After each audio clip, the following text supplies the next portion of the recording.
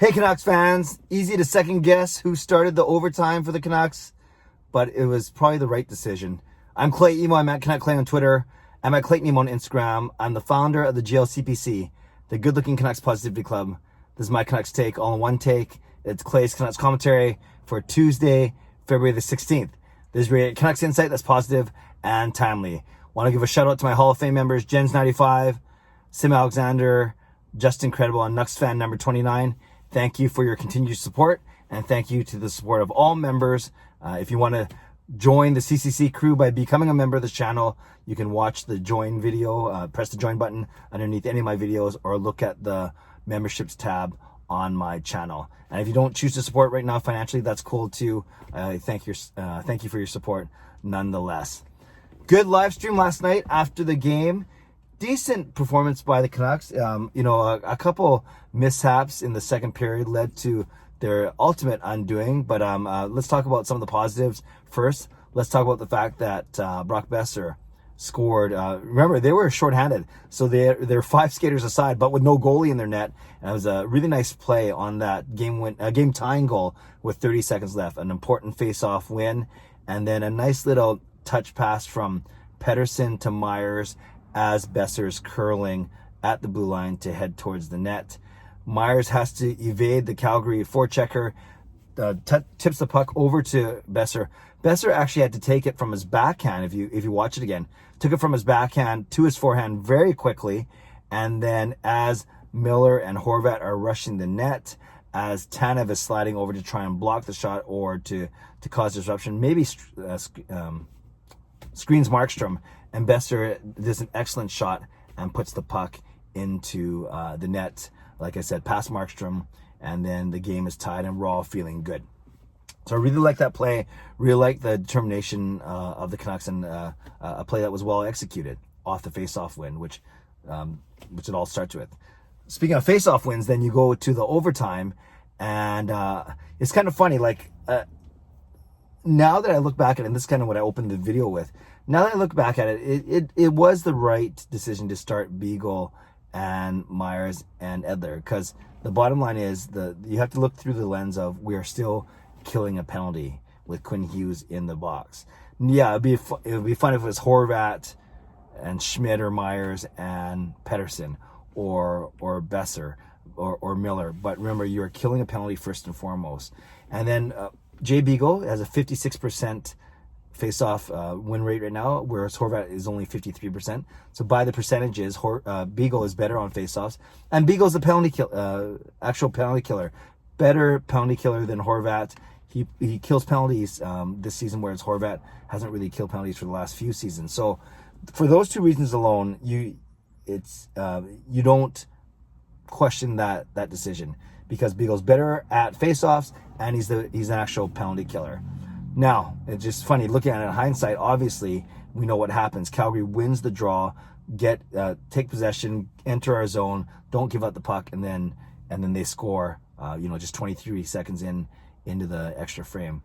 I'm not blaming Demko nor Edler nor anyone. 4-on-3, you're supposed to score. Now, it's funny though, using the gift of hindsight, the benefit of hindsight, if Beagle wins that draw, the Canucks likely skate it behind their net, then fire it down the ice. You kill off 15, 20, even 25 seconds by the time Calgary resets. Then Hughes is darting out of the penalty box, and you're likely killing that penalty, force a face-off, and then it drops down from 4-on-4 to 3-on-3, and then you really like the Canucks' chances from there, whether it's in overtime or the shootout. So it's easy to second guess now, but I think that was the right coaching call, because you're trying to get through the power play first and make sure you kill the penalty, and then you can do a line change after that. Like I said, once you force a face-off, then you can put out PD and Boeser and Horvat and Miller, those four guys, and then some combination of Myers, Hughes, of course, or Schmidt on the back end as the three offensive defensemen. So it's too bad that Beagle lost that face-off. I'm certainly not blaming him, and it was just it was unfortunate we even got to that point because of 3 turnovers. Virtanen on the first goal by Lucic, and then it was Horvat on the second goal. And he mentioned it in the postgame as well, and I thought this too. I think he thought Hughes was going to come right behind him for that drop pass, but he didn't. Hughes shaded off to the side, probably for to create some space, which was fine. But then Horvat kind of clutched on his pass, and it was a very weak pass, and it didn't. It would have been fine if it was a true drop pass right to a guy behind him, but instead it ended up not getting anywhere close to Hughes. And then I've talked about Jordy Ben. Tough play on him. He's 3-on-1. Got to make a decision. It just so happened that the puck gets through him, and then open look for Lindholm. Then on the third goal, we don't want to talk about that too much because Nate Schmidt, I think he knows. He was unlucky in that one that bounced off him, and this one it was just not a smart play. You got to go in the corner or up the boards at that point of the game. Actually, not even at that point in the game. That was the second period. So you just got to make a smarter play. For the Canucks goals itself, you like Pearson's effort on that tip. Ends up being 1 second after the Calgary penalty ends, so it's not a power play goal technically. And then the nice tic-tac-toe 5-on-3 Miller, Boeser, Horvat. Easier to play that, use that bumper play when there's only 3 Calgary defenders as opposed to 4.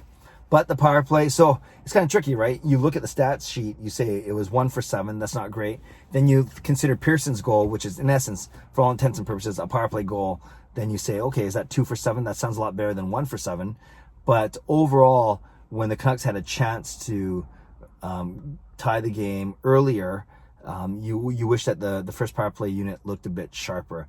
They had trouble entering the zone. They had trouble, keeping the puck in the zone and just getting looks. I think they only had 5 shots over the 7 power plays. And remember, that doesn't include Pearson's goal. So that's another way where you can go glass half full, glass half empty when you're looking at the first power play unit. You can look at glass half full, glass half empty when you're looking at the overall result.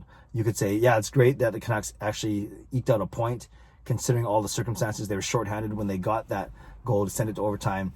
But then you're like, oh man, this is one of the teams where we need to catch and we need to pass. So it would be so much better if we got 2, they got 0, as opposed to them getting 2, us getting 1. And in essence, you're losing ground even though you get that point. And that's my last thing. A lot of people are talking about the math now, that for the Canucks to even get to 60, 62 points, they're going to have to go about 650, 660 in win percentage, points percentage. That's tough when you see it laid out at like 23, 12, and 3 or whatever they got to go. That math probably isn't right. But I've been saying this for many times now. I've been saying, understanding that these teams do play each other, so it's not a perfect formula, but let's cheer like heck for Toronto, for Montreal, for Ottawa, that they win. And let's cheer like heck that Edmonton, Calgary, and Winnipeg lose. Now, it's not always going to be a perfect formula. Like I said, last night Toronto and Ottawa played each other, and then so one of them had to win and lose, and then Edmonton and Winnipeg had to play each other, and one of them had to win, and one of them had to lose. So that's where you hope for no 3-point games, no extra time games. But you could technically throw Winnipeg into the mix too. And let's forget about Ottawa for a second. Ottawa can play spoiler by beating teams. They haven't beat us yet, thank goodness, but you saw what they did to Toronto yesterday. But you could really say, okay, let's cheer for Montreal, Toronto, and Winnipeg as to take the top 3 spots. And then we're going to cheer like heck against Calgary and Edmonton. And then if we can take care of business against Calgary and Edmonton and get some points off of Toronto, Montreal, and Winnipeg, easier said than done, then we still have a shot. It's not the best shot, but at least we do have a shot mathematically, of course. But the Canucks need to start stringing some wins together, and they need to start making sure that when they get points, the other teams do not. So some things to think about today, Canucks fans, as it's a day off, so to speak, a day between games, and they're going to Calgary it's kind of weird. They go to Calgary for 1 game, and they pop back and fly back to Vancouver for their next homestand. So tell me what you thought about last night's game. What stood out to you?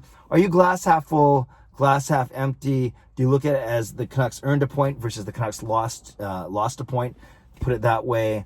And what do you think's wrong with the first power play unit? And I guess the question of the day, considering it's what I led with, and is in hindsight, with the benefit of hindsight, of course, are you okay with the fact that Travis Green started Jay Beagle and a unit that had Myers and Edler to start off the overtime, as opposed to putting a more offensive unit like Schmidt, Horvat, and Miller, or Pettersson and Boeser out there? And maybe you leave that in the comments below without the benefit of hindsight. Try and be as objective as you can, but be as honest as you can. That's what I care about that more. I care about you saying how you feel, and you feel how you say that. Say what you mean and mean what you say. That's what I like to say. All right, Canucks fans, thanks for watching. Leave a comment below. I'd love to read, react, and reply. As always, Subscribe if you'd like to. Like this video if you'd like to. Join this channel as a member if you'd like to. Stay safe, stay healthy, take care of yourselves, and take care of each other. Have a great day. God bless, and go Canucks go.